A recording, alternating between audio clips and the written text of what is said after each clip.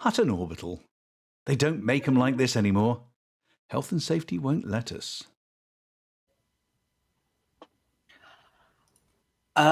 Some stuff happened. It was really funny. I nearly peed myself laughing. Then someone said, Our mics are live. "Hey!"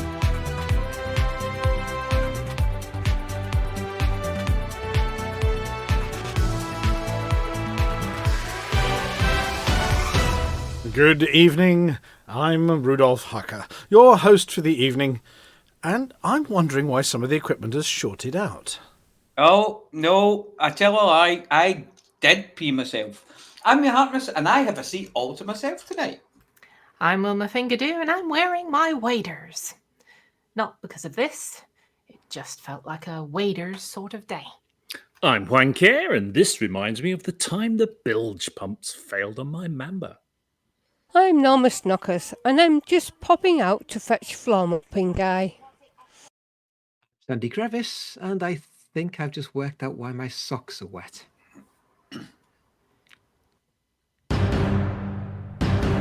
Danger, velocity, and survival collide in a galactic showdown. Glaive Racing 3309 is here. Pilots Federation's premature xenoscanner release sends shockwaves across the galaxy. Too hot, too messy update.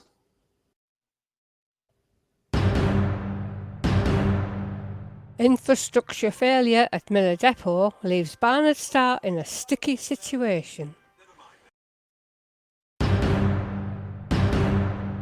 Ship-launched fighters face ferocious feasting. Atris 5060 is back with a long list of initialisms. Or is it acronyms? And in a turn-up for the books, as he did the first article, I'm going to be looking at Hutton's systems. Hold on to your... And there's no other bong. Bong too I many. set you up for that one. You were going to wait for this noise first. Seamless. Do you mind if I carry on now?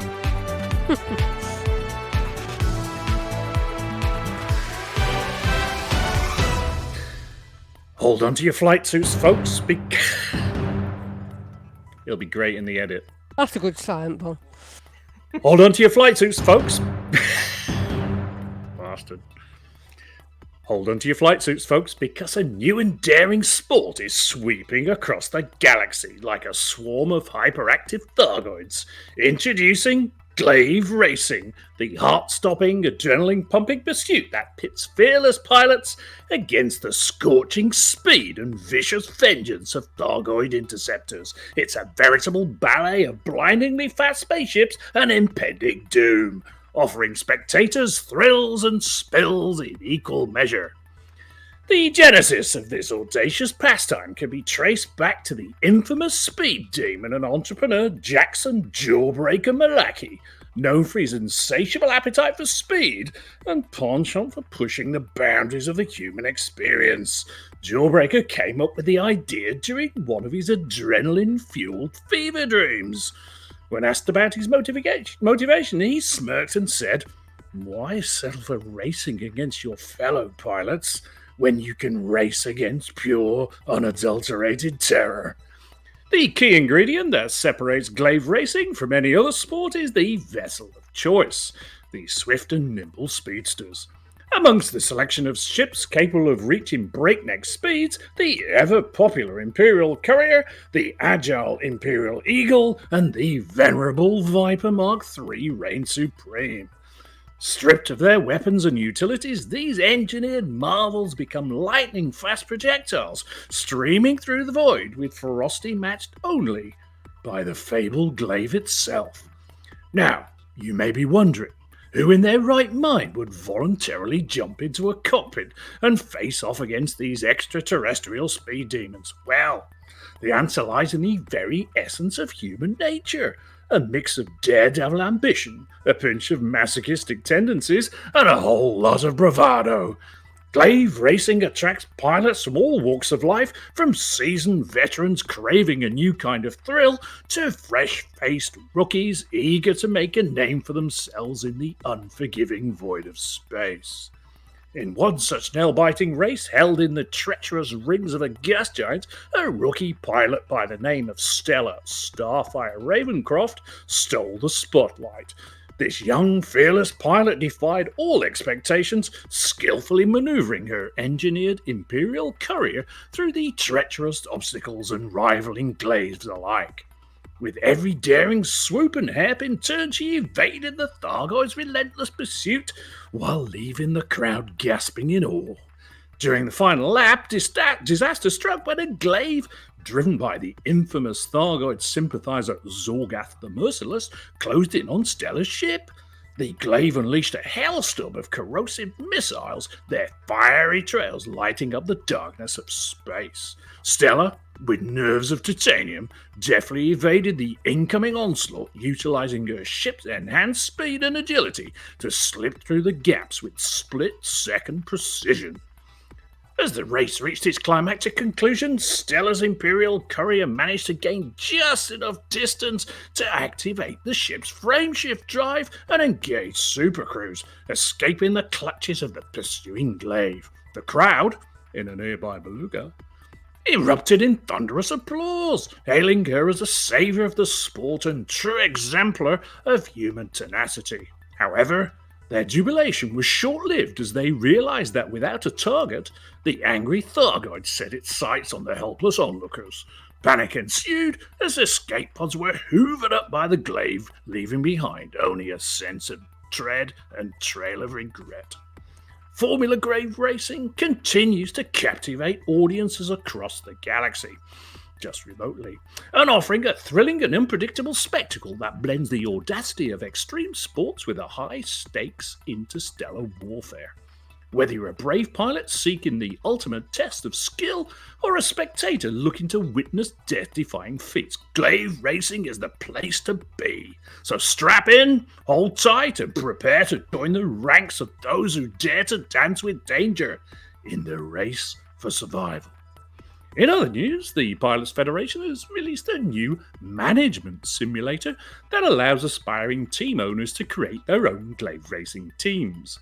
Expect fierce competition as Adrian Newey XV engineers his space team to perfection, leaving rival teams green with envy. Meanwhile, the famous space girl Cringer Spice's husband and boyfriend, the ultimate Hab, looks smug as he navigates the treacherous world of team management. When asked if the renowned buckyball racers would be entering a team this year, the seasoned racer Alec Turner scoffed, "Oh, funk that for a game of Yank the Tiger's Tail. I'll stick to something safe like relic rolling or knife throwing." It seems that even the bravest of pilots have their limits. So, fasten your seatbelts, Commanders, because Glaive Racing is here to stay, with its blend of speed, danger, and an unhealthy dose of Thargoid-induced terror. Get ready for a heart-pounding experience that will leave you gasping for breath and reaching for the rebuy screen. May the odds ever be in your favour, and remember, in Glaive Racing, the first prize is survival.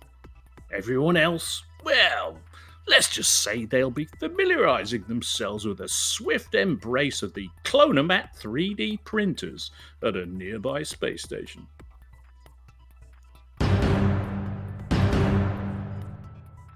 In a puzzling twist of fate, the Pilots Federation finds itself in hot water after an inadvertent blunder led to them prematurely releasing the highly coveted xenoscanners.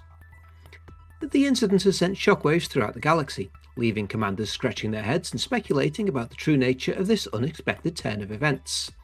Oh, and the team in charge of the CGs gnashing at their datapads as they really wanted everyone to take part and deliver materials, so everyone could have one.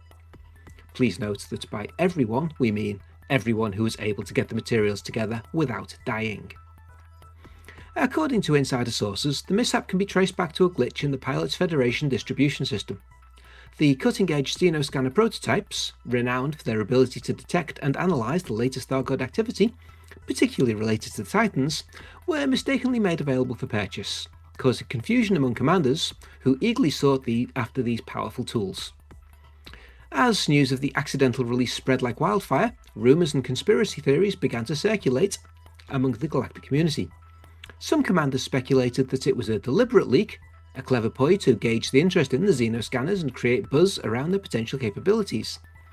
Others dismissed these claims, attributing the mishap to a simple human error in the intricate process of the equipment's distribution, also known as "it fell off the back of a Type 9, Your Honour," and "no, definitely not stolen, my mate Dave found it in the trash." Progenitor Lael Wolf voiced her concerns about the incident, stating, "The accidental release of the xenoscanners has raised questions about the Pilots Federation's distribution procedures. It's essential that we have faith in the integrity of their systems. Mistakes can happen, but it's crucial that measures are taken to prevent such mishaps in the future. Please note that rumours that the xenoscanners are available at Hutton Orbital for 100 credits are not true. We don't have any room for them because of all the free anacondas we keep in stock." Our reporter did notice that her tongue appears to have been glued to the inside of her cheek, and she's got a nasty nervous twitch in one eye that looks suspiciously like a wink. The accidental availability of the xenoscanners caused quite the commotion among commanders, who rushed to acquire what they believed to be powerful tools for engaging Thargoid threats. Much to their disappointment, they soon realised that the xenoscanners were not the feared weapons they had anticipated, but sophisticated scanning devices used for analysing Titan insides and their outsides. And in fact, they need the Titan to stand still between two plates with their hands to either side before being patted down by the xenoscanner operative, who's trying not to titter at what they saw on the screen. The incident has prompted the Pilots Federation to conduct a thorough investigation into the root cause of the mishap and implement additional safeguards in their distribution processes.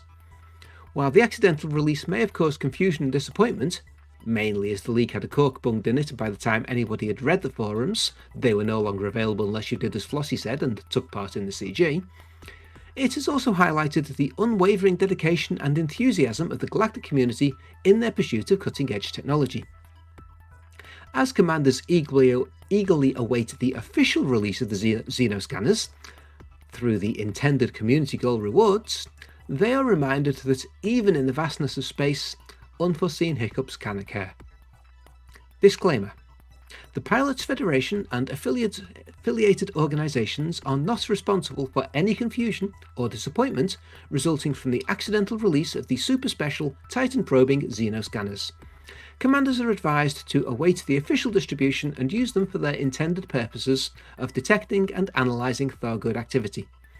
Any of the Merkin people who are suggesting that the scanners be used to microwave their tea should note that this is strongly discouraged and may result in damage to the equipment or unexpected extraterrestrial encounters, or being whacked over the head with a rolled up copy of the Sunday Times.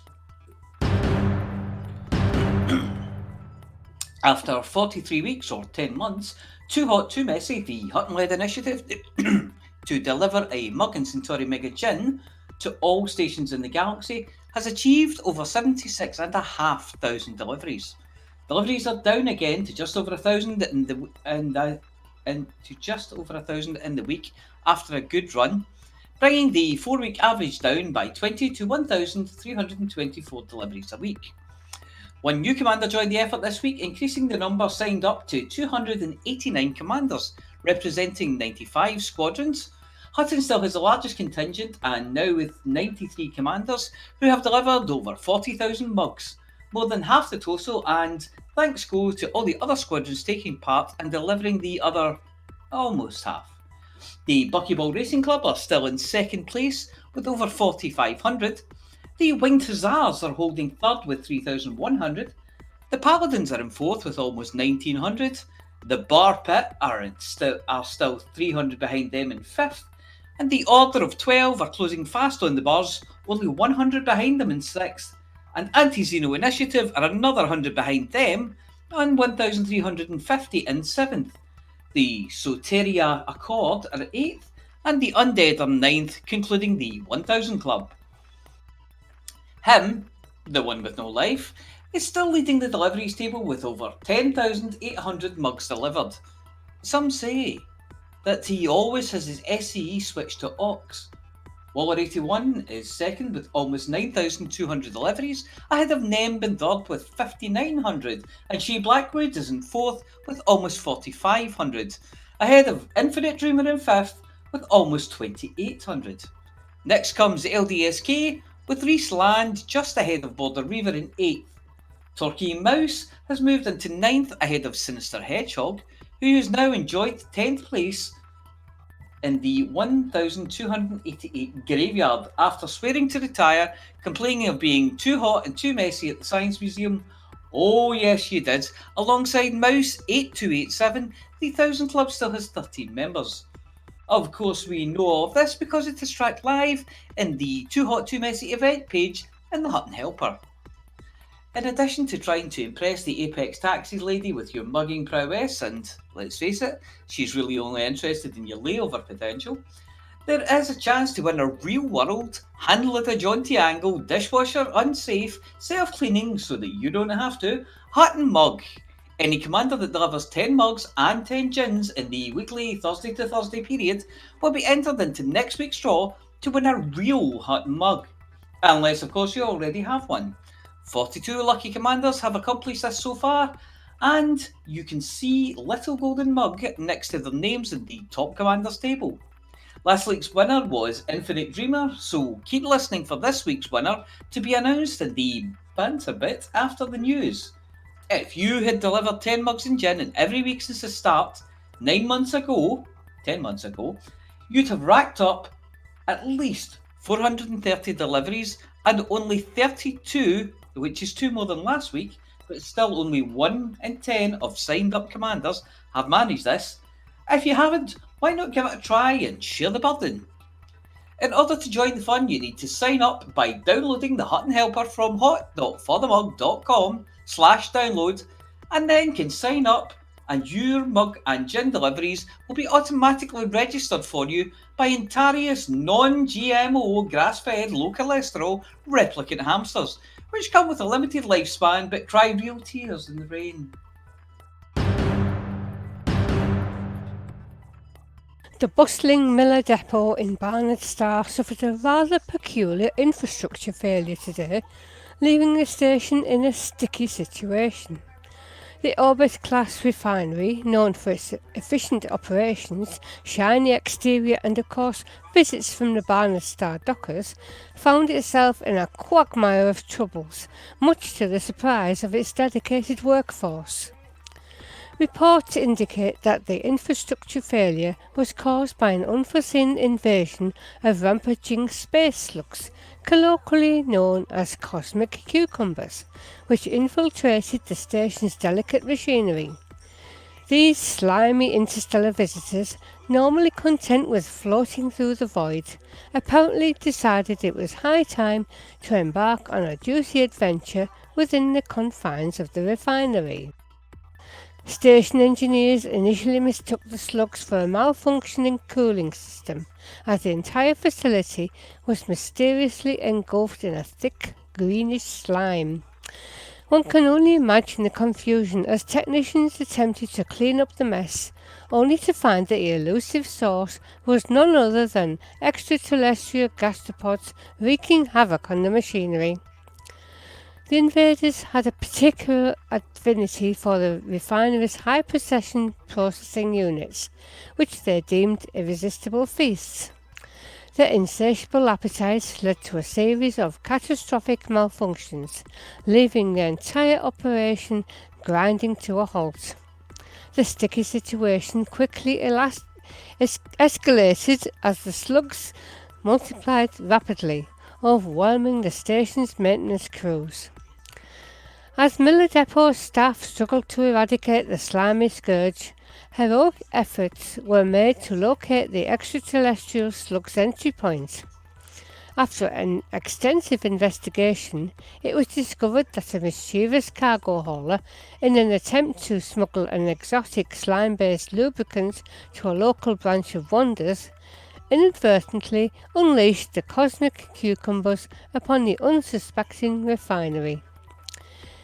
"It's like they were born to wreak havoc on precision machinery," remarked Chief Engineer Dr. Molly mucus-worthy. We're dealing with a highly advanced slug species here, capable of short-circuiting our technology with their cosy excretions, oozy excretions even. It's both fascinating and infuriating, though we will say that no one has experienced friction-related carpet burns all week over at Wonders, which would be a first. Recovering from this infrastructure failure will undoubtedly be a challenging task for Miller Depot teams. Our teams of experts, exterminators armed with anti-slug repellents and vacuum cleaners are being flown in from neighbouring systems to assist with the slimy showdown. Meanwhile, the station's crew is working tirelessly to repair the damaged machinery and restore operations, all while ensuring that any surviving slugs are swiftly escorted back to the void from whence they came. Despite the unexpected delay in refinery operations, Miller Depot officials assure us that they will bounce back stronger than ever. The incident has prompted the station to invest in cutting-edge slug detection systems, ensuring that future encounters with interstellar invertebrates can be promptly addressed, probably by the dockers who will be attempting to make a profit off them, or something revolting. As the slimy saga unfolds, the citizens of Barnard Star are left to ponder the cosmic question: who knew that space slugs could be such a formidable foe to even the most advanced infrastructure? Check out the system summary at the end of this week's news broadcast for more information. The Thargoid Warfront. Classified location. Brace yourselves for a cosmic clash of colossal proportions. No, it's not time for another report from Atris. That's coming up later, and Atris has been gargling with antiseptic in order to prepare his vocal cords.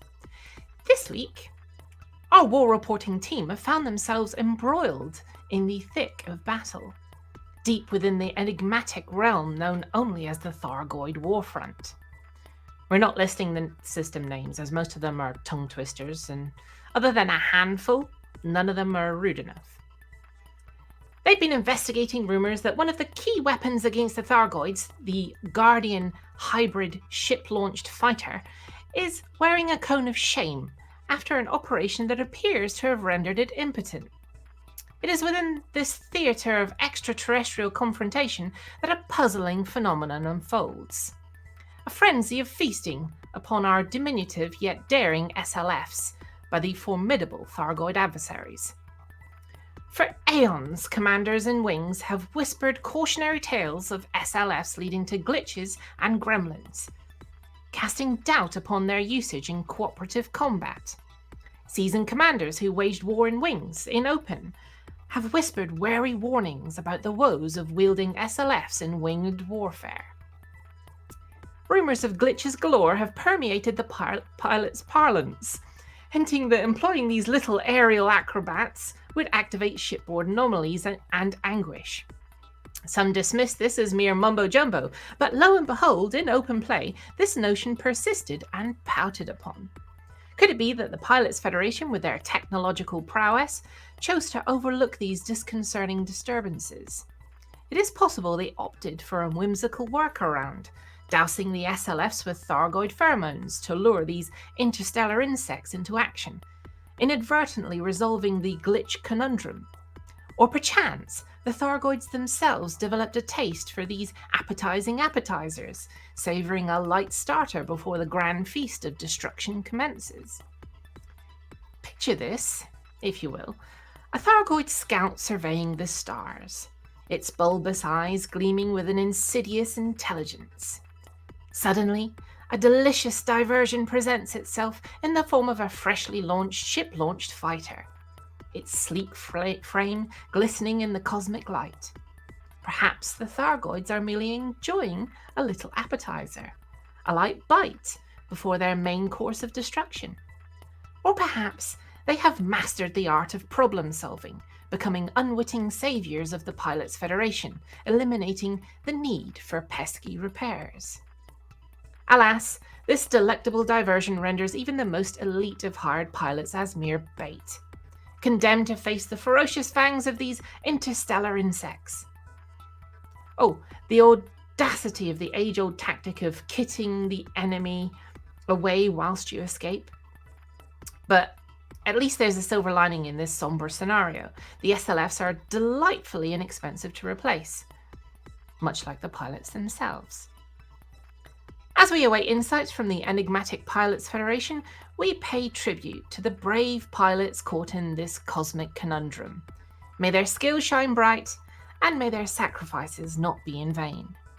In the vast reaches of space, where perils lurk and battles rage, it is their courage and cunning that prevents the cosmos from plunging into chaos. Oh, and if they wouldn't mind distracting that Glaive whilst we escape, that would be lovely.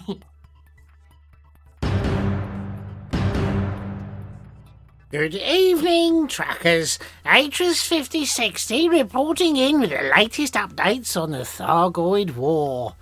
We're getting good at thwarting Tharg on the home front, which is lovely, isn't it? So much so that an expedition is being organised to retake the Witchhead Nebula. Oh, we haven't heard that one for a while. And perhaps locate the missing engineer, Chloe Sadisi.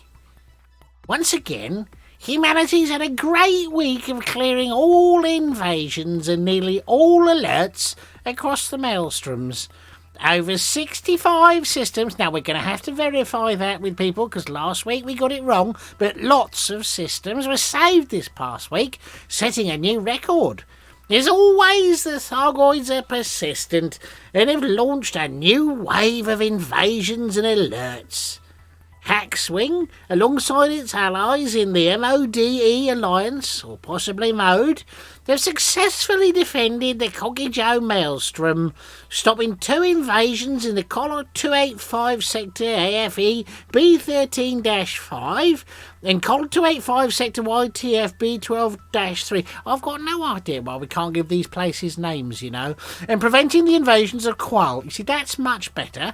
And, Col 285 Sector ODG B12-2. We're going to call that one Steve. Hackswing had another successful mission as part of the ongoing Operation Hot Pubes, or is it PUBES, where we took from fighting the Thargoids in skies to fighting Thargoids in foot in Mapon. You see, that's much better. We all know where Mapon is. Hackscom leader, Commander Azrafael, led our pilots in this mission, shouting bravely to our fellow truckers, "Come on, you apes, you want to live forever?" to motivate them or scare them into storming the base. The apology officer has a long list of apologies pending due to the poor aim of our pilots. Oh dear. Some suspecting that several tons of Alpha Centauri Megagin and probably a little bit of Lavian brandy were consumed prior to dropping into active combat zones. I see it across their nose, not up it. Our recent successes against the Thargoids, boo, have allowed several AX groups, or is it AX groups, to dedicate time to organising an expedition to the Witchhead Nebula to retake the systems held by the Thargoids there that have been left completely unopposed since their re-invasion of those systems earlier this year. The hopes are to finally shed light on the whereabouts of Chloe Sidisi, the missing engineer. She's probably just gone on holiday, you know, as well as stabilise the nebula from further attacks. It's nice, isn't it? Anyone wishing to participate in this expedition is urged to seek out the organisers as well. They do the organising via the AXI, or is it AXI, or the Defence Council of Humanity. Now, they don't have initials, even though they're written in big letters. They're communication hubs. Hackswing, we're going to be staying with the MODE Alliance, or possibly MODE this week, to help the continued defence of the bubble. Our priorities this week are to clear the following invasions around the Tyrannus and Rajan Maelstroms. G, HIP 23719, HIP 26247, and Coco O. Once those are cleared, we're going to move on to defending populated systems under Thargoid Alert in Raijin, and then Cocky Joe, and finally back to Tyrannus. The newly christened fleet carrier FTM Haxcom and FTM Hax Ops, formerly known as Hax Forward Command until they got it stuck in reverse, will be stationed in Wolf 1458 to provide support for the defence of G. And then we'll move on to the next targets once G is cleared. Let's get out there and show Thog that we mean business. See you on the front line, truckers. For the mug.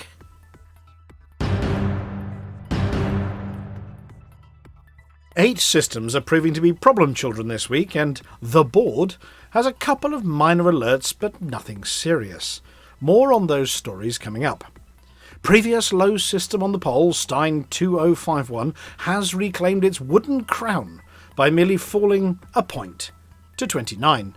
There are no squabbles between factions, and all influence is currently available for truckers to sweep, hoover, and otherwise domestically cleanse in Hutton's general direction. Next lowest on 30 is 36 off Yuchi, where the Sol Workers' Party closed in another 2 points on our second newest system. A civil war is looking up a quarter of system influence, but truckers should act now. The Sol Workers have half the system's starports, so even if they push us into war, we can still take something nice from them. The notoriously hard to move Epsilon Indy is finally moving more quickly, but it's in the wrong direction, losing 5 points in the week, falling to 31. Also on 31, and suffering from an infrastructure failure, is you-know-where, yes, Barnard's Star. Ship in power generators, because the slugs ate all the ones we have, and water purifiers, because there's slime everywhere, into the large pads there, to relieve the system, whilst making yourself a tidy profit. The recent regular visitor to the Zone of Concern is LP525-39, which lost another point. So that's 4 in 3 weeks to end up on 33. Still, the faction squabbling continues, and a quarter of it's not in play. The last of the Doldrum Dwellers is Epsilon Eridani, on 36, where an outbreak has given everyone a mild dose of mods. At the overachieving end of the Hutton Systems table, we have 3 systems above 60%, one of which, PSPF-LF2, is over 70, even whilst recovering from a terrorist attack. Priorities this week are, if you want to truck something, boost Stein 2051 and 36 Afiochi, and if you want to squash slugs, go to Barnard's Star.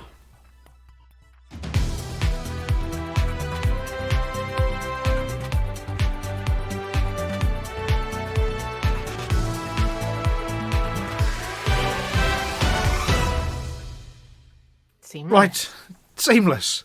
It was not the wrong 2H2M graphic. It's okay. Nobody reads it anyway. Did I say copulated systems? I didn't. I said populated systems. I'm sure I said populated systems. Anyway, good evening and welcome to the studio. I believe that's how the systems get populated. They populated by being copulated, yes. And well done, Amelia, with that twisty, super tongue twisty article there.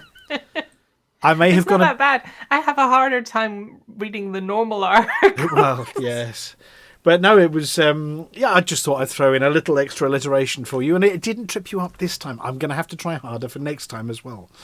Tongue twisters I can do. It's normal sentences I have difficulty with. Yes, and it's always difficult when a situation elasticates. Now, what happened with that one? There was something elasticated in the middle. Was it Flossy's one there? It was elasticated. Yeah, Flossy got elasticated. You got elasticated, Flossy. It's something to do with... It wasn't Flossy. Oh, wasn't it was a situation. It was a situation that got elasticated. Oh, You get right. green for that these days. Yes. Well, was that Wonders again? Yeah. Yeah. Yeah. Most Plenty of times elastic. windows are elasticated. Yeah. Those slugs sound terrible. Anyway, we're joined in the studio this evening by Amelia, as you heard earlier, not getting tongue twisted over the tongue twister. Definitely not. No, we've got the apology officer, who was full of facts. Yeah. We have Commander Chicks, who I completely confused. Now, the first bong that was wrong was me. The rest of the bongs were someone... Yes, they were someone else. And on that bombshell. And on that bombshell. Oh, good. Right, we can skip the aardvark joke this week. We've already had a dose of bad jokes. How dare you? No!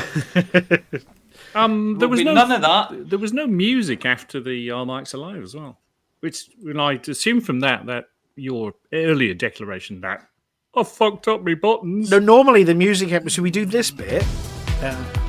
Yeah. Once, and then we say, "Hi, it's us." Yeah. Yeah. Well, that didn't happen. Well, we did. Oh, no, we talked about on the 8th article, the music apology in the officer. background went dead. Oh, did it? What am I getting blamed? What am I getting blamed for now? I think we'd been on there too long. It only lasts about 19 minutes. No, it is on a loop, and it did loop, but there is a stop all sounds, I think, at some point in Atrus's. It used to be programmed for the Hackswing reports, and it had to cut everything off so Hackswing could play, so that's probably my fault. I think you need to switch SC to AUX. SC to AUX. Boost, more boost. Anyway, we've got Flossy in the studio More as well. cowbell. Cowbell. Boots, more boots. Who's wearing boots? Not me. No, Flossy with CGs. Oh, goodness, I'm completely... Do you know what? I've done my back, and I've taken some really, really good painkillers. But Right, okay. I'll jump in here then. Right. What? No, I was introducing Definitely. Flossy. CGs, that was it. How are you, Flossy? I'm very well, thank you. And then we've the tail gunner in the little pod at the back there is Lithobreaker. Hello, Lithobreaker. Hello. So you haven't I'm been totally not going crazy with the bong button, honestly. You definitely haven't. Hang on a second, Flossy. Yeah. That's all right. You got it. Oh, Yeah. double. That was one from each side. You're twin wielding today. Ambidextrous. Yeah. Right. Well, look, before we go on with the show, every now and again, occasionally, we have a little bit of serious news to give out, and we got the message a couple of hours ago, actually, via Commander Wotherspoon, that the news that I think everybody's been dreading a little bit. Commander Joe Plater asks Sensei Plater, who's been putting out videos of all sorts about his cancer diagnosis. Unfortunately, died last night, quite late last night, and we got the news this morning. And it's always very, very sad when here on Hutton News we do have to say farewell to a friend. I know the last few videos that Joe Plater was putting out were quite harrowing ones to watch. Seeing a friend, I mean, this is a friend who's been to ECM and met numerous commanders in the past, and many people have been following along on YouTube as he's been battling this thyroid cancer. And unfortunately lost the battle yesterday. And all we have to say really on behalf of everyone here, on behalf of the Hutton community and those of us in the streaming community as well, is, well done on an awesome fight. I mean, 2016 he was diagnosed, and right up until a couple of weeks ago, when he lost his voice, was still streaming regularly, building awareness of his cancer, and actually working as a patron for the cancer charity itself, informing a lot of people about what it was all about, demystifying some of the things about the cancer, the treatment, and was able to have a bunch of us along for the ride and keeping him company, and learning a lot more about what's involved in it as well. So thank you very much to Joe Plater for all the fun and all the love of over the last few years, and terribly sorry to have lost him. And our thoughts go out to his family as well, who must be going through a terrible time at the moment. But I'm sure everybody will join us in wishing an 07 to Commander Plater. Right, sad news, but it's our responsibility and I suppose our privilege to be able to mark the passing of good friends like this. Moving along with the show then, Frontier Livestream. Frontier Livestream. There wasn't one this... No, they've gone monthly. Yeah. Did they tell us they'd gone monthly? Yeah, months ago. Months ago, yes. And we covered Well, it they as an article went in the bi-weekly, Yeah. and then they went news. monthly. That was a year ago. Yeah, I mean, it gives, half enough time and to rob from, Hutton Orbital News, all the little graphics and images and little tunes like this one, where they have their own, what do they call it? their Super news. Cruise News. Super Cruise News. Yeah. I mean, we don't do the screenshots thing like they do, but we do have on screen at the moment a wonderful video loop of, I don't know, it looks like the inside of somebody's fridge. That was... They do the screenshots things, so we don't have to. Well, no, they do still images. We do moving ones. They'll be stealing that next. Yeah, well, this is a moving one submitted by Commander Azrafael, I believe. What did Atros call him? Ezra Fail. Ezri, yes. But also, you see, there's that one, and if I just switch it up, he's also done this one, which is on screen at the moment, which is a number of orbits of our very... So you can actually see us in that little seat down the end there, at the bottom left of the screen, where the winky light is. Wave. Yeah, give us a wave. We're in that little round bit down there. If you ever wonder where the studio was, we're in that bit. I'm still on the geezers. Yeah. And then obviously... That's And the if you upper look recliner, very isn't it? carefully, you can see the banana for scale. There is a banana for scale. Yeah, That's... chicks, put it away. That's not funny. yeah. Yeah, and It's if you not... look very, very carefully, you can see someone's bum at the window. Oh no, that's Wonders. Yeah. Well, you... You're right, though. It is somebody's bum in the window. Yeah. Yes. Yes. So yeah, thank you very much, Commander Azrafael. Apparently there's a new video coming soon, brackets trademark, as Raphael. Oh, it was a P. It was a H. There's a H in the middle, Azrafael. Anyway, apparently Azrafael is going to throw himself with wild abandon into the Thargoid maelstrom, specially for us, for a future show. So we might be broadcasting from inside a maelstrom sometime soon. Will he do it with gusto?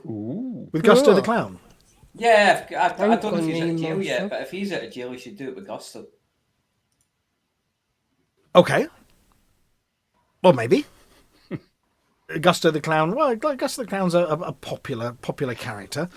But you know, the juggling with actually, we saw him juggling some of those space slugs, and I'm not sure that's.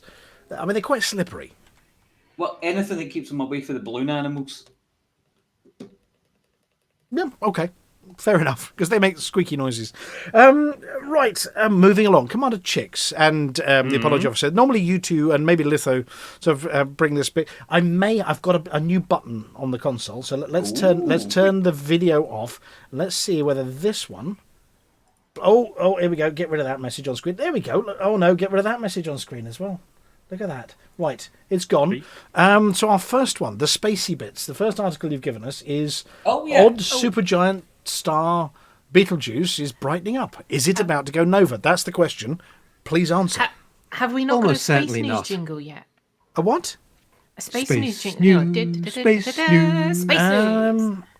It's space news. Well, we had something from Eli. Hang on a second. That's it. There we go. Close as we got, I think. Eli's got something on. Welcome to Hutton Orbital. I recommend spending no time here at all. Thank you for your contribution, Eli. Right, come on then. Tell me about this one. Well, remember a couple of years back, actually 2019, so quite a few years back, Betelgeuse got suddenly much dimmer. Yeah, it dimmed. And everybody started saying, oh, wonder if it's going to go nova soon. And then it settled back to normal and everybody said, no, it was just a cloud of dust. Do we know that, or have we? We are reasonably confident that it was a huge. Let me finish the question. Or are we just better at seeing these changes? The point I'm making is, does it always do this? But we've only just noticed. Oh no! This was naked eye visible dimming. It was perceptibly dimmer than normal. It went from being the 10th brightest star in the sky normally to being about the 40th or 50th brightest. Huge change. It wasn't a subtle little distinction. This was a massive difference. Yeah, here's what it says. It says, since early April, it's climbed to the 7th spot and currently shines at over 140% its usual brightness, according to a Twitter account. Now, see, they shouldn't put that in there, because that basically says just flash it. Because according to the Twitter account is usually made-up news, but in this case it isn't. No, sadly, that's how most scientists still broadcast their results to the public. Yep. They haven't caught up with the fact that people don't use Twitter anymore, so they still do. Right. But yeah, it's suddenly got a lot brighter over the last 2 months. So now everybody's going, oh, is it going to explode again? Well, I The love the answer's probably turn of not, phraseology they use in this article you put up. If Beetlejuice were to go boom, what a technical phrase. Were it to go boom, no scientific, go supernova, just go boom. Yeah. But the thing is, So like an article as well. it's not. Is it going to? Or the question should be: has it gone boom? Yeah, 600. Oh, it would No, have done, no, yes. no. Astronomers always talk in the present tense, being what we I know can they see, do, not but- when it actually happened. It's way, way too complicated if you start trying to work out what time things happened. Well, we like complicated. Not that complicated, you don't. Yourself. Yeah. Well, apparently, basically, it gave out a big fart in 2019. And the big fart they called it an enormous expulsion of material, which dimmed our view, obscured our view of the star. That was maybe more of a shot than a fart. Then. Well, yes, Like it's an one of those. unexpected Pretty fart. much was, yeah. But then it's gone brighter again. Now, does it mean that stuff's dissipated, or does it mean it's so much brighter it's shining through the shart? Well, it's brighter than it was before it went dim. It's dissipated and drifted off path. It's no longer between us and it. Ah, And right. it was the 10th, then it went, as Jim said, to the 40th or 50th, and now it's the 7th. So it's brighter than it was before the dust.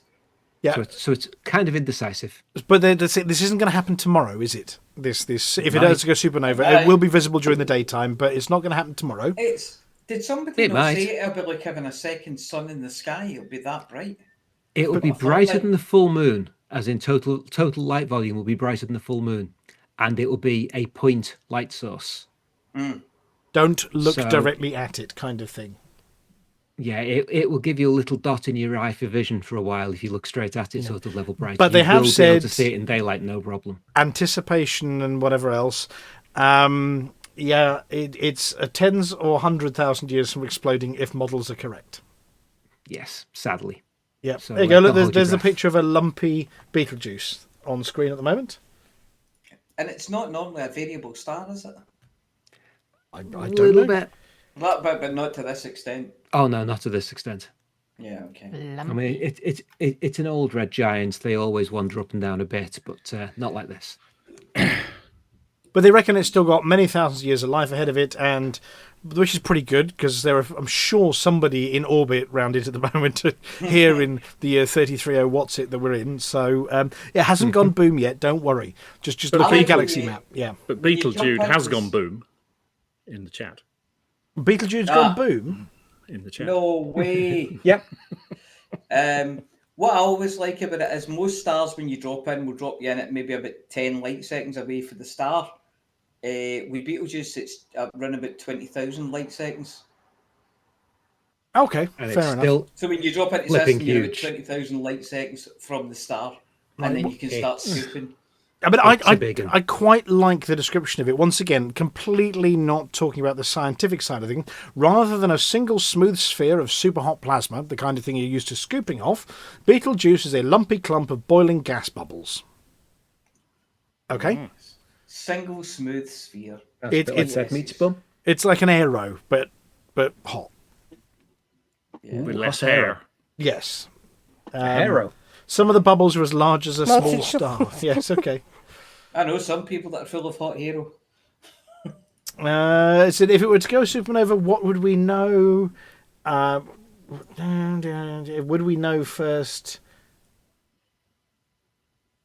Beetlejuice used to be described as a yellow star up until 2,000 years ago when poets began describing it as red. Oh, right, okay. Apparently it's only in its earlier stages of going boom, and yes, it's second sun, and also, anyway, yes. It might go boom in 10,000 years if you're around to look at it. Okay, so the second one here, NASA's UAP investigation team have reported back. Now, I don't have a link to an article for this one, unless anybody wants to paste one in so I can put it up on the screen. It's not worth it. It's not worth it. Basically, their unidentified aerial phenomenon Oh. investigation team that was set up recently have finally given their first formal report, and it said Not a lot. it took several hours to say it, but that's what it said. I said saw the live stream flash up on my phone, so I thought, oh, have they seen? No, not knowing any of the background, so I started watching it. And God, it was the most boring thing I've ever heard. Basically, one of them was Bart Simpson balloon. Yeah, and one of them it wasn't nearby, it was very far away, and that's why they couldn't catch it. Basically, the unidentified aerial phenomena they found, most of them they've identified, so they're no longer unidentified. They're just And the ones that are, and the ones that are still unidentified, it's in some cases it's because the security of the footage is such that they're not allowed to reveal the footage or look at the footage because it's super secret. And that's not necessarily secret, and they were very clear about this. It's not necessarily super secret military footage because of what it's footage of, but it's super secret footage because of what took the pictures. If you take photographs on a super secret spy camera, you're not allowed to see the photographs, even if they show nothing. So it's probably nothing, but it might be something, but it definitely isn't anything. And there was something in there. Some drawings I had to review once that I wasn't allowed to look at. That's about right. It said no eyes only. Yes. Right, okay. Yeah. Right, and then moving along, apparently Amazon Prime are setting up for deliveries to the moon. Here we go. Amazon's Jeff Bezos to help NASA return to the moon. There you go. There's his stubby thing. I find that remarkable because about 15 minutes ago, I received a notification from Amazon telling me that they couldn't deliver my package. They had an attempted delivery of my package to one of their Amazon pickup counters, which closed at 7 o'clock. I know it closed at 7 o'clock. The shopkeeper has told them it closes at 7 o'clock, but they delivered it at about 8:45. See, on the moon, they'll just toss it into a crater. Yeah, into next door's crater. Yep. What's wrong with that? Yeah, we're sorry you weren't in. It'll be like, we left your package in the safe place behind the rock, and you'll look, and it'll just be a boulder field. No, the other rock. Yes. Yeah, there's a gratuitous picture of more than 50 years now since humans were last on the moon. Blue Origin's 60-metre tall, 45-ton vehicle is called Blue Moon, as in once in a. And it does the job on Artemis 5, and it's not going to happen before 2029. It looks like they're going there in an underarm deodorant. Pretty much, yeah. No, I have that song in my head. Point. We can deliver to the moon, right? Who are you delivering to? There's no one been there in 50 years. Anybody that orders. Yeah. As long as they've got Prime delivery. I might have a go at that. Yep, and I do notice that they've got the picture here of the SpaceX Starship system, on screen at the moment, which is the competing one for going to the moon, isn't it? Yeah, well, that's the first one going. Yeah, and interestingly, we found out why was it Chinese rocket was going to the moon and didn't land properly, or Japanese one. Japanese lander. Yeah. It was the Japanese lander because it flew over a 3-kilometer deep cliff, and it said, "No, I don't believe that." And so it said, "I'm going to ignore all my sensors," and then bonk, went smash. Yeah. But they found it again now, or at least they found the greasy smear on the surface. Yes. Oh dear, that is a shame. And then there are news that the Virgins in space. Not anymore. Yes, there are. The Richard Branson's rocket plane, the Virgin Galactic, went whoosh. It's arguable, isn't it? Yes, apparently they sold 800 tickets to people, and there are people floating around for a minute and a half or so in 0G aboard it. That's a really funky chair up there, but they've now gone up with the newly redesigned Virgin Galactic. What is it? It's not a rocket. It's not a plane. A space plane. Yeah, space plane. How high does it go? Really? Was it 80? It goes up to 80 kilometers. It was 52 or 53 miles last week. Yeah, 87.2 kilometers. Yes, and apparently there were 4. Starts at 60 kilometers, doesn't it? Space starts at. Well, it depends on who you listen to. If you listen to Virgin Galactic, it starts at 80 kilometers. If you listen to certain people in America who have a lot of shares in Virgin Galactic, it starts at 80 kilometers. Yeah. If you listen to the international treaties and such things, it starts at 100 kilometers. Okay. Well, that's the Kármán line, isn't it? Well, I think what they've said is you can see the curvature of the Earth. Yeah. Up on this thing, and then it feathers, then it comes down again. You can see the curvature of the Earth from a plane if it flies it high enough, and that's a long way down from there. You used to be able to see the curvature of the Earth from Concorde, didn't you? Yes, just about. But apparently they do refer to it as a rocket. It's a rocket plane, the Unity rocket plane. There's a flight plan on screen. Apparently Eve carrier plane, that one with sort of the two pods either side, flies up and then it drops and launches for 90 seconds at 4,000 kilometers an hour. Then you get the zero gravity and then it folds its arms and floats back down again. Now the idea is that they want to go for one a day on these. Now given there are 800 people who paid for it, that'll still take about as long as a Too Hot Too Messy to get them all up there. If there's only one plane. Yeah. So it's going to take about as long as Too Hot Too Messy to fulfill all the orders they've already got. There we are, lots of pictures of it, tail boom spans, all sorts of information. So there's that one. Then we've also got Enceladus Had a Fart. Oh, yeah. Yes, I believe they have saw it. We've just seen a big fart come out the side of Enceladus. Oh, look, it's maybe later. Go away, pop up. There we go. And it spewed a massive water plume out. Ooh. Now, see, Cassini went up 2004 to 2017 and was flying through these plumes, but didn't find anything particularly useful. Not life useful, but here you go. Here's a picture with a big fart out the bottom of it. Oof, that is a big fart. Yeah, that was the James Webb Telescope picture. What is that bit in the middle? In the middle? The red picture. Oh, that's in the middle. square that shows that that's the planet and there's the plume. So the red square contains the planet, or the moon, I should say. And the entire of the moon is that little dot. Yeah. The rest of that splurge is all fart. That's what came out of it. Yeah, apparently it's sufficient to fill an Olympic-sized swimming pool in just a few hours, the ESA said. Or is it ESA, if you're Atris? But it's about gushing. They use the word gushing out 300 litres a second. So it's actually not that much, is it? No, it's not that much. No. For a very big... Hey, look. It's interesting. And if you wanted to know what was in that ocean, that's probably quite handy to be able to... Yeah, there are some pretty pictures. Yeah. I think those were Cassini ones, weren't they? Well, it's going to be ice, isn't it? That'll be ice once it gets out, yeah. Well, exactly. Yeah, but it's dirty ice. Well, there we go.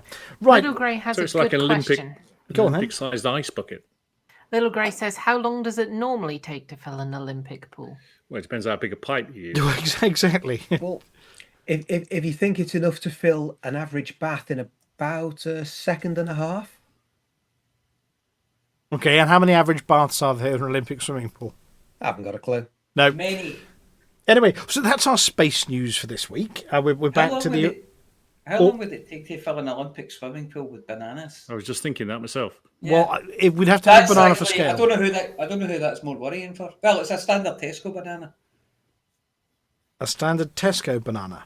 Yeah, that's your unit of scale. Are they putting in bunches? Are they putting in bunches so they're already pre-tessellated, or do you have to put them in individually where they can just randomly stack? You might want to give the bath a shake. Or the swimming pool, sorry, a shake. Don't bring the Arabs into this. You could make banana smoothie and fill in the gaps. I did see something once. What was that silly science program that Richard Hammond used to be in? Oh, the custard one, walking on. Yeah, and they filled somebody's swimming pool with custard. Because custard is thixotropic. I've seen somebody do it with the you're talking non-Newtonian fluids. Yeah. What was it called? The chat will know what that stupid program was. Oh yes, somebody else. It was called Brainiac. Brainiac, that's it. That's the one. Yes. That's the one where they used to send John Tickle to see the nurse every week. Yes. Yes, that's funny. Things John Tickle's body can't do. Right. Moving along from bananas for scale, we do have a drum roll ready somewhere because we do have a mug winner this week. Drum roll, please. This week's mug winner is... Dun, dun, dun, dun. Drum roll. Who's got the drum roll? It's because he lost it when he was messing around with the bong machine. That's what it is. Yeah. The button's broke. The button's broke. You'll have to foley it then. Well, I'll tell you what. There we go. Border Reaver. Border Reaver, congratulations. Oh, another regular. That's good. That was a drum rumble. Which he'll be pleased about because he was one of the few who said that He did qualify a few weeks ago when we said there was nobody qualified. Oops. Well, he definitely So he's qualified now the this week. third one who's now got his mug. So. Yay! And we have an OMG arms in the air over in the Twitch chat there. There's a yay. Somebody's happy. Anyway. Right. Well, so I suppose we better move along to the next segment, which is the word of the week. Yes. What is the word of the week? The word of the week this week is peristeronic. What? Peristeronic. And the meaning is of or relating to pigeons. And can you use it in a sentence, please? I certainly can use it in the sentence. Flossie had a peristeronic emergency and took chicks through the offending avian out of the nearest window on a space station in space, which is a vacuum. Peristeronic. So you can have Peristeronic Street instead of Pigeon Street. You know, Yeah. long distance Clara and all that lot. A Dyson is a vacuum. Oh no. No. Oh no. But it's definitely not No. a Hoover. Right. No, but you're just going to get onto the pigeon and Dyson with death. I'm going to tell my joke now. What do you call an the Dyson with death joke won't sound so bad in a minute. What do you call an anteater that paves driveways? Reginald. Brian. No, Jeff was last week's advert. For God's sake, keep up. Reginald. No, you call it a tardvark. Aardvark! So when are you going to tell your joke?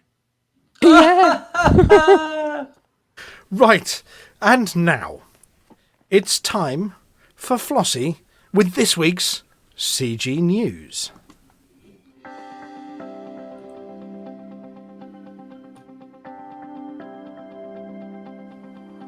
It's Flossy. It's Flossy. It's Flossy. It's Flossy. And the community goes. Hello, Flossy here with this week's CG News. Last week's CGs both ended at 6 UTC this morning. Established new Aegis scanner production finished at Tier 1, with over 19 million units collected.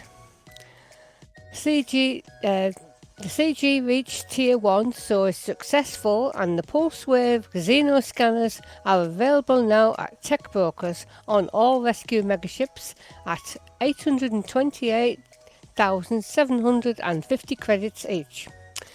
Anyone who finished in top 25% will receive a free one, which will be placed in storage at Muller Terminal. And Protect deliveries in RAB finished at Tier 4, with 93.2 billion credits earned. And this week, unfortunately, there are no new CGs. And that's it for this week's CG News. Flossy told you what to do.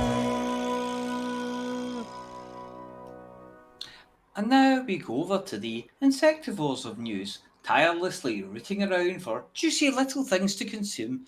It's Beetlejuice and Witherspoon with a Galnet News Digest. Galnet News Update, 1st of June 3309.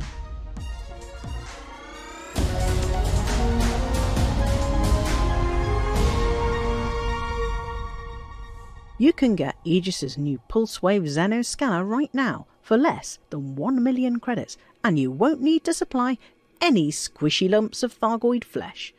But there's a very strong suspicion that at least one of its uses will be to collect your very own Thargoid tissue samples.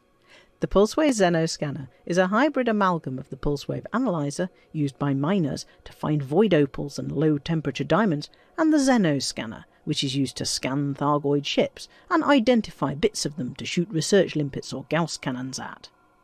Occupying only one utility slot, the new scanner can identify points of interest on a Thargoid Titan, and it can also scan Thargoid vessels, though at a reduced range of 1 kilometre.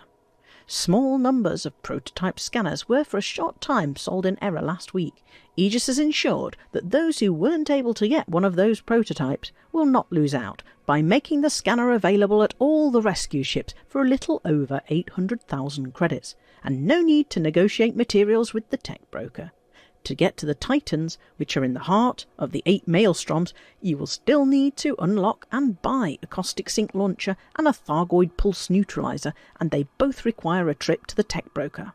Once you have your Pulsewave Xeno scanner and your caustic sink launcher and your Thargoid pulse neutralizer, if you also take research limpets, collector limpets and a mining abrasion blaster, and probably also a heatsink launcher, into the Maelstrom, and if you can keep your ship cool and unobtrusive, you can use the scanner to find materials that you can scrape off the Titan with the abrasion blaster. And you can also find tissue limpet points which you can fire research limpets at.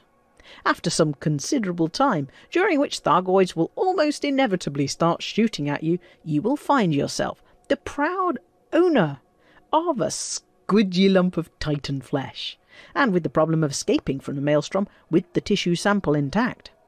Professor Alba Tesreau, the head of Aegis, is keen to discover all we can about the Titans.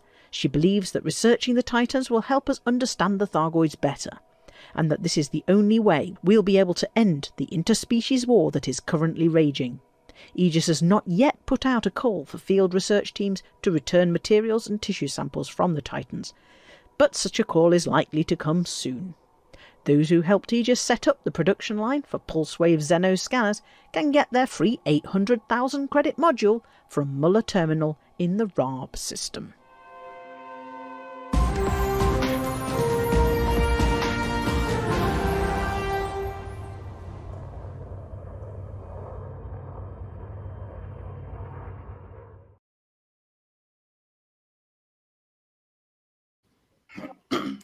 Thank you, Commanders Beetlejude and Witherspoon.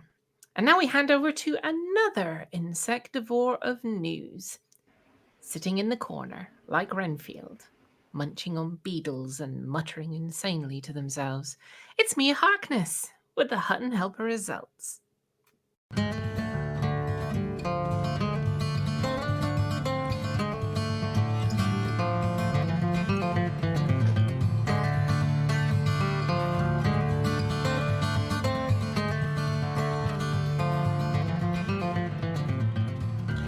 Welcome to the Hutton Helper results. The Hutton Helper results are sponsored by the Hutton Helper, the only third-party resource come with a free laser cutter, so you can liberate someone else's lunch from the fridge.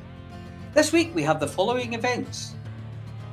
All the way to Star 1 and all I found were 2 bits of wire and an old fuse shield. They fell off the back of a T7 Honest Cup Winners' Cup. The Free Spirit Engineer needs 2 very specific types of cat recipe before they'll even talk to you challenge. The System Authority don't like it when you scavenge by blowing up other people's ships and taking the bits, Deja Vu Trophy. And the Battlefield Wombo Champion of Champions Championships. This Apex looked like the car from that Johnny Cash song, Extravaganza. So, grab yourself a degraded power regulator, run a bypass, and make sure main power is off before you start pulling bits out of things. Getadoy jumped 19,000 light years to come faster than distance travelled. Barksartius sold 44,000 tonnes of cargo. Rinswood Cymru is the top mission runner, 384 mission points. Alex Zuno handed in 500 million, 500,000 and 500 credits worth of bounties. Then Tolian handed in 774 million credits of combat bonds. That Virtual destroyed 282 Thargoids. And Happy Shrapnel delivered 998 people to their various destinations.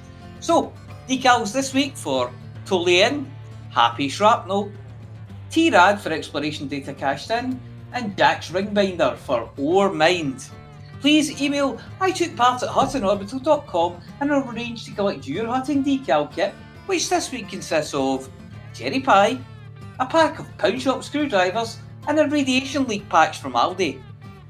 There have been 24, not 124, but just 24 Hutton runs by 9 commanders in the last 7 days. And there you are. The Berk did 2 runs, the best of which was 1 hour, 23 minutes, 27 seconds. Hydro B, who did 5 runs, got 1 hour, 23 minutes and 33 seconds.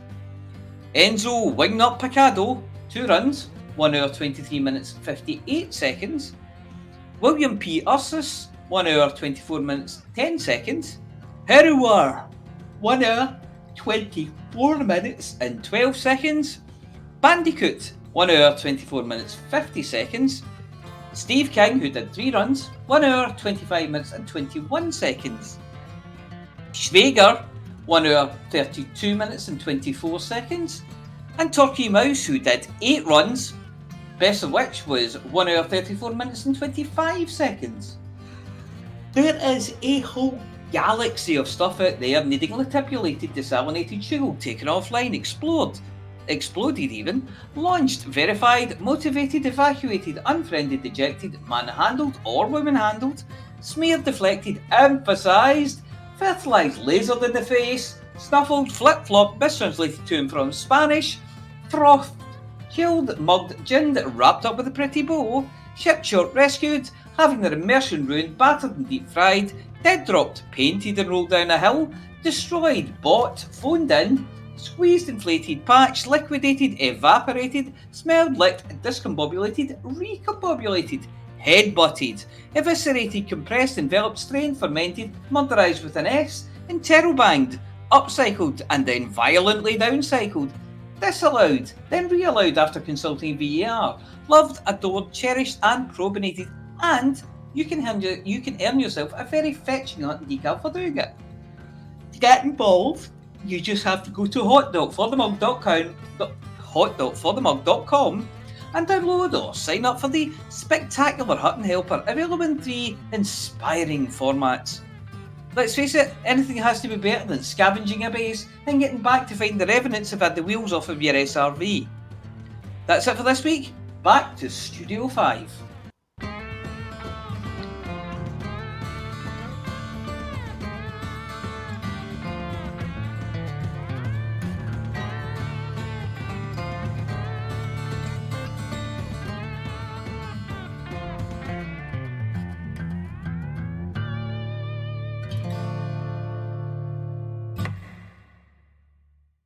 And thank you very much, the Apology Officer.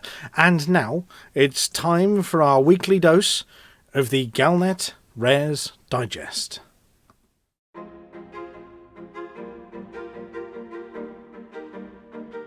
You are about to listen to Amelia Hawke. She tries all the galaxy's most dangerous rare items, so you don't have to.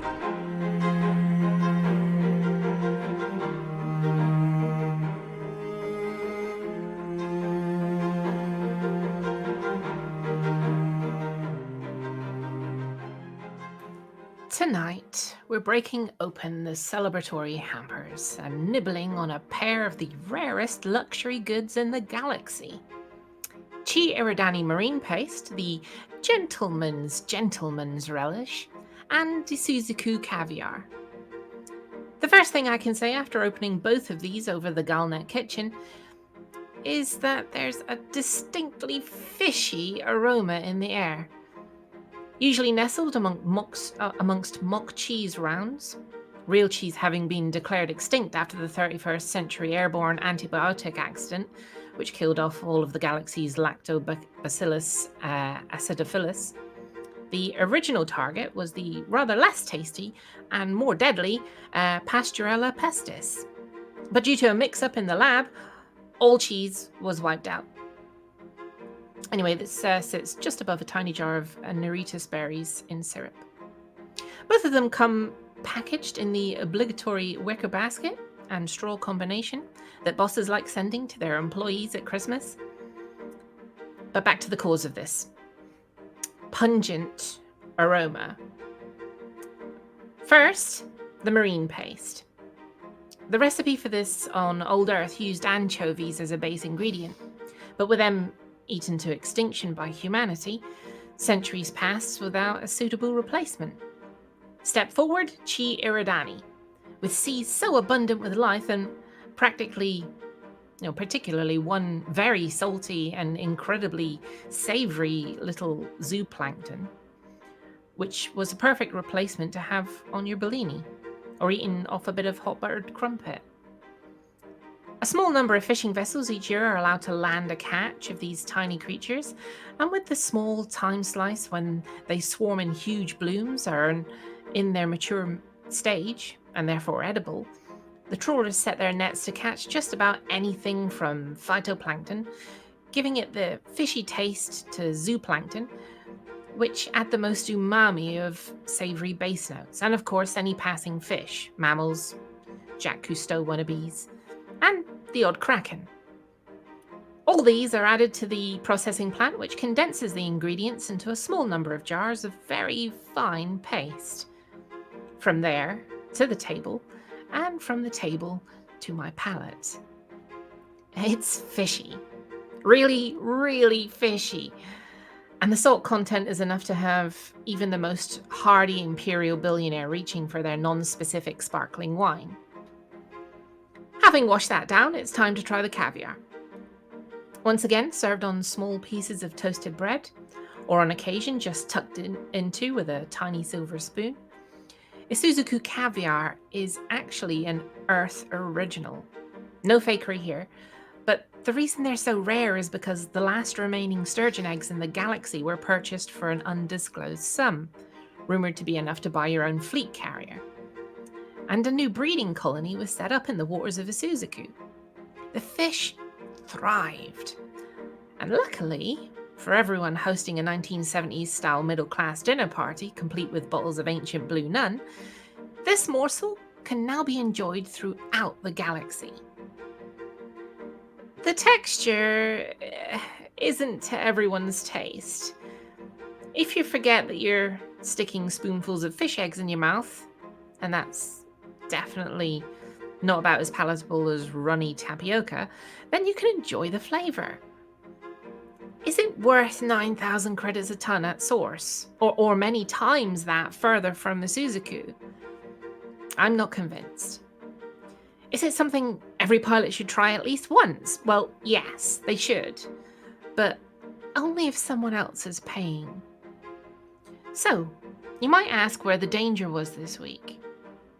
My doctor has informed me that after just 2 days of sampling these, my blood pressure has suffered a dangerous salt hit.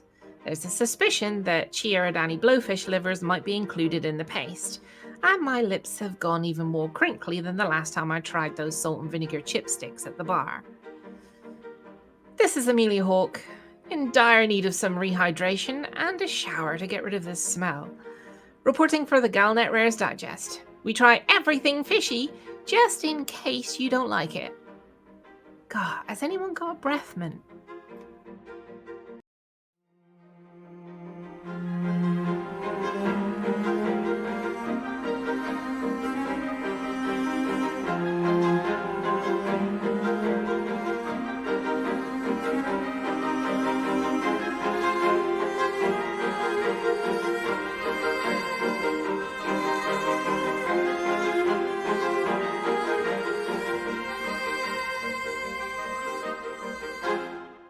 Any pilots visiting the orbital, please ensure that you have been to the infirmary. Wise words. Yeah, definitely wise words there. Well, thank you very much, Amelia. Okay. They are so salty, those things. So very salty. I mean, they're actually more salty than just licking salt. More salty than the forums. Yes, saltier than a Frontier Forum or a Pilots Federation community. No, community conversation on one of their Twitch channels. Anyway, well, thank you very much for trying those. I mean, the danger wasn't that high. I mean, okay, the blowfish might be a little bit deadly. We've had a lot worse. Yeah, we've. Well, I mean, they didn't try and eat you. I mean, that didn't jump out of the pot. That's always a bonus. Yeah, I know. And we have to try something safe. Maybe you go kittens next week. You know, those fat black felines, whichever planet it was they were in.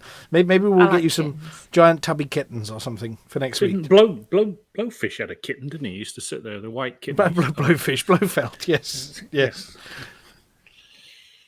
Well, yes. Has anyone got a breath mint? Yeah, we can smell it from here. That's the thing. The aroma is hanging around a little bit. I'll try not to waft in your direction. In fact, it's probably not a good idea to go and see the kittens next week because they might decide to eat you. Well, that wouldn't be a first. That would fulfil the danger element of the of the Galnet Rares Digest. I forgot to get rid of the fishy. Oh my God, it's eating me! How many kittens would it take? 100 kittens?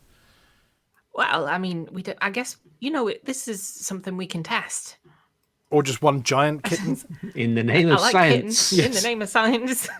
What about an Olympic-sized kitten? Yeah, and here's a banana for scale. Yeah, I did notice, by the way, that the Twitch were being evil to the apology officer, particularly one Commander Little Grey. Has anyone mentioned Kitten Kong yet? Kitten what? Oh, Kitten Kong, the goodies. Kitten Kong. Post office Kitten tower. Kong, yes. Well, there goes the imagery I was going to use for the show next week. Is that anything like Dave Con? No, Kong. Yes. But no, Dave Con, there is no such thing as Dave Con. It's definitely ECM. And a couple more tickets have disappeared, so yeah, we're getting even more full. The chef is close to having a heart attack over how many people he's going to have to feed Chi Eridani marine paste and Esoseku caviar to. Isuzuku. Oh, sorry, Isuzuku caviar. That was what was on everybody's menu, wasn't it? Isuzuku caviar. Yeah. And little spoons. Yeah, very tiny silver spoons. Yeah, and anybody with a seafood allergy is Prince's fish paste. Oh, what? Mine had Prince's fish paste. It's like you can still get that, can't you? Yeah, it's in jars. It's not even refrigerated. It's like mixing sawdust with ketchup. You'll probably find it's still the same stock as well, because that stuff never goes off. A bit of patent pepperium or whatever it is. I do like the poacher's relish, though. The salmon one. I may have mentioned that before. Like mixing sawdust with... Sorry, what? Ketchup. What? Ketchup, except the ketchup is fish and yeah, exactly. and the sawdust is fish. Oh, sounds disgusting. Fish. Yeah, isn't that a song by Mr. Scruff? Isn't it? If you hear fishy, no, there's a song on one of his albums. Anyway, I do miss doing music on these shows, but we're not allowed to. Well, we are. We are, but you lot can't listen. We could do it privately here, just the few of us, and play music to each other. But well, those were the days, hey. Talking of those were the days, right? Well, we're now in another month. Goodness. Yeah, we are. We know that. Brad month, everybody. Yes, pinch punch first of the month, and no Thargoids or whatever. What is it? 4 weeks until Green Room. Yeah. June is busting out all over. Yeah, I haven't actually checked as to who's on duty next week. Well, actually, I do. I've got an exciting show next week. Oh, what are you doing? I'm doing the Spacecom Expo. Oh, bring us the exhibition for the UK space industry. Oh, bring us a satellite. Well, yes. So what is it? A bottle rocket? A milk bottle? Sorry? What is it? A milk bottle and a rocket? Oh, well, something like that. But that's on Wednesday, Thursday next week. Where is it? You can afford where? It's at that technological hub of space exploration known as Farnborough. Yeah, they can afford to give us one satellite for the raffle at DaveCon. I've just printed the speaker badges, and the very first one that came out was a certain Tim Peake. Oh yeah. Who I'll be looking after and meeting. Come on, Tim. Come on, Tim. Yeah. Let's have a look who we've got in our programme. Or Peak. What sort of people we got there? I've got the Chief Engineer of the UK Space Agency. We've obviously got Tim Peake. We've got Royal Aeronautical Society popping by. It is their home base. Dassault Systems or System. Who else we got? All sorts of people. UK Space Command. That's just the best thing to have on your business card, isn't it? Yeah. Yes. The science advisor to UK Space Command. Can you make them some little foil hats and put them by their name badges and tell them that you've got to wear them? That'd be funny. Yeah, well, we've got Northrop Grumman, obviously, the SA, and... They'll probably turn up in little foil suits anyway. Yeah, well, there's the Associate Administrator for Commercial Space Transportation from the FAA, the Federal Aviation Administration, the Merkins, Ministry of Defence, obviously. Apparently there's an International Space University who are going to be there as well, and the Royal Observatory Greenwich. Is Skynet going to be there? I'm just reading through, not officially. I love the way everybody has got everybody's Skynet got wouldn't want their... to be there and destroy the place along with the whole world at the same time now, would they? I'm just looking through. Everybody's got sort of their name in big letters and then their job, executive chairman and professor of satellite communications in the Institute for Communications. A professor of. And then it just says Tim Peake, astronaut. You don't need to say anything else, do you? Yeah, that's the name badge you want to be wearing, isn't it? Just one Yeah, of I think those that one wins. astronauts. That one wins, yeah. Was Tim Peake an astronaut or was he a cosmonaut? Astronaut. He was an astronaut. Oh, okay. Yeah, but anyway, it's I mean, I'm going to be in sort of geeky heaven, but it does mean that I might. Well, I'm finishing at a reasonable hour, and it's only an hour up the road. But could I place Lithobreaker on standby for next week? Because I might be going squee over astronauts. If you get a chance. If I'm here, yes. Yes. Ooh, if you're here, we might have to I'm rope in. Probably here. Well, maybe. Well, I'm probably here too. So between us, we might hiccups. Oh dear. I was going to say, if you get a chance, you need to get a picture of Tim Peake with a Hutton mug. Just take one with you, just in case. Okay. Just I in might just have to take the remote broadcast equipment and borrow one of their satellites and bounce it off a few of them, and Yeah. Yeah, it'll be fine. Yeah, I'm sure it'll be fine. But obviously, if I can, I'm going to have to see whether I can get any pictures, because then we can put it into the space news during the show. Yeah. Or somebody for UK Space Command and just go, hold that. Yeah, UK space. Hold that and I'll take your picture. Ask him if he Standing with wants to be a Hutton mug. guest on the show. Yeah. Whoa, wouldn't that be marvellous? I might take a Hutton mug with me just to give it to him. Yeah. Oh, yeah. Yeah, for Tim Peake, yeah. If you see definitely. him, just go, that's... Or one of our patches. Or a patch in a mug. Or both. I might or might not get away with that one. We'll see. We'll see. The organisers of the event are a very serious bunch. But anyway, so that's going to be cool. I'm going to see. Serious. Yeah, I'm going to see what I can get away with and how relaxed and friendly it is, or how deadly serious it is. Yeah, Space is a serious. It's not rocket science, but in this case, this whole exhibition actually is. So every time I've seen Tim Peake speak. He usually wears a blue sort of flying suit. yes. Like, Well, I thought it was a romper suit. which has got badges and patches and already. So you could it'll have a little Velcro patch. So if you just like pat him on the arm going, how you doing, mate? He won't even know he's got a Hutton patch. Oh no, these ones are iron-on, so I have to follow him around with a really hot iron. You have to glue some. Sorry, Tim. Yeah. So, and I noticed a very minor wrinkle on your shoulder. Yes. You know, Which he's, I've replaced with a patch. stick some Velcro to it. Nah, I'll be fine. Just There's plenty of that in the Tim, orbital. that's a mug and a patch for you. Yeah, I'll see if I can edit his badge. Just say Tim Peake Legend instead of astronaut.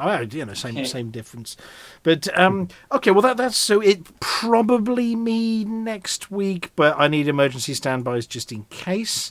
And then I think I'm off playing in a field the week after, Litho. Oh, fun. Well, if I'm here, I'm happy to. Shit. I'm seeing a theme. Yeah. You're seeing a what? There's a Theme. theme. Yes. I might be here. I'm just looking to see whether I'm when I'm playing in a field. I'm doing that one where I got flooded out the other month. The videos can buy the wave, everybody. Wave. They can buy us. Wave. I thought we were at the other end. Are we at the other end? Okay. Yeah, we're waving at the planet. Oh, that must have been the lower rotunda then. We're in the upper rotunda. That's cubicle. No, we're in the one past. Yeah, no, Yeah, here it's it off comes. the That's bottom of your the screen. Not that. No, Yeah, we are. We're on the lower rotunda. Yes, No, we're we're in the that. upper rotunda. No, we're in the lower rotunda. Hot box offices and budget clones for using the lower rotunda. Evidently, we're also lost. Guys, Is- one of you are is we facing broadcasting? upside down. There's no gravity in space. There's no up and down. We're not lost. We're in space. I can see Lost you through the in window. space. Now I can see us through the window. Look. Oh. Yeah. Well, and the bar Like, is. leave now. Have you noticed how far the bar is away from where we are? Doesn't Yeah. As well. Too far. Bad as last year's LaveCon. Oh, harsh. Yeah. It was But miles true. away. It was miles away. I spilt half of it by the time I got it back. Let's have a No, look. I Actually, had drunk actually, three-quarters I of it had by to the go time I got him back. And you had to go upstairs. I needed a And beer there by the wasn't time I got back. anybody there. And Hanky had to go and manhandle somebody in The bar. behind the bar. or woman handle. Or woman handle. Yes.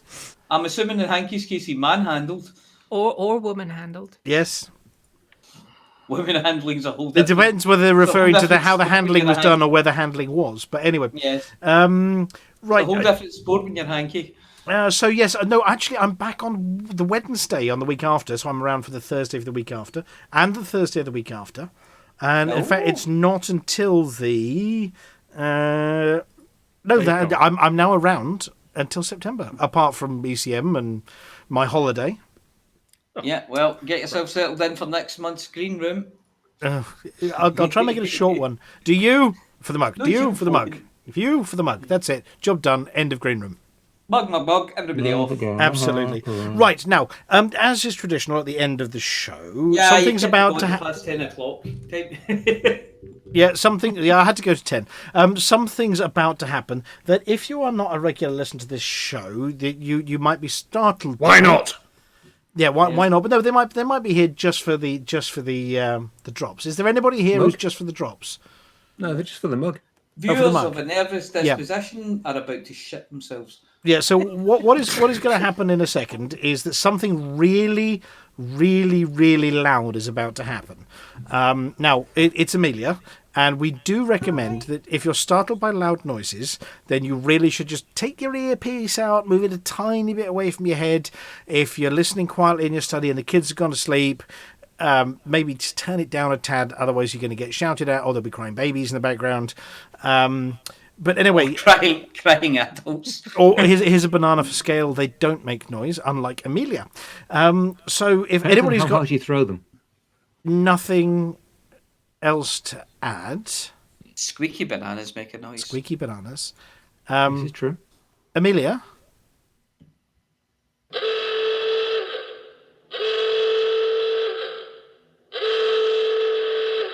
For the mug!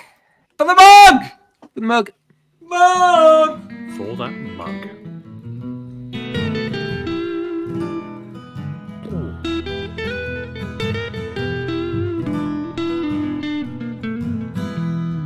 Journey too long, or cargo too small. The profit margins never really mattered at all. We're gonna take the cargo where it's needed today. Super cruising all across the Milky Way. We're taking anything, anytime, anyway. Loading all the teen out to the brim with the rest for the more, for the more, for the more, for the more. Yeah, you know just where we're coming from. For the more, for the more, for the more, for the more. Yeah, everybody sing the trucker song.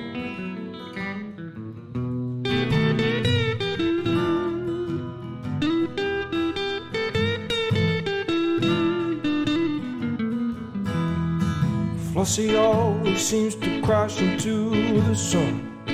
Skibble lights the pilot on the Xbox One. Halving out the free, you know he leads us well.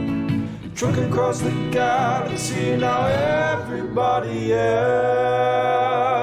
For the more, for the more, for the more, for the more. Yeah, you know just where we're coming from. For the more, for the more, for the more, for the more. Everybody sing the Hutton Trucker song. For the more, for the more, for the more. You know just where we're coming from. For the more, for the more, for the more, for the more. Everybody sing the Hutton Trucker song.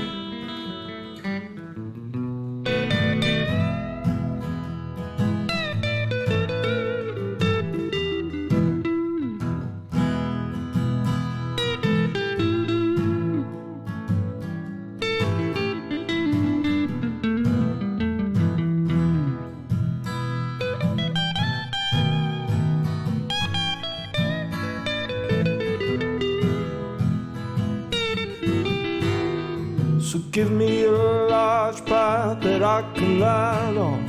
And I'll give you cargo and sing you my song. 0.22 light years to go. Cruising to no journey too long, no cargo too small. The profit margins never really mattered at all. We're gonna take the cargo where it's needed today. Super cruising all across the Milky Way. We're taking anything, anytime, anywhere. So shout it out loud, loud. You don't even care for the more, for the more, for the more, for the more. Yeah, you know just where we're coming from. For the more, for the more, for the more. Everybody sing the Hutton Trucker song. For the more, for the more, for the more. Yeah, you know just where we're coming from. For the more, for the more, for the more. Everybody sing the Hutton Trucker song.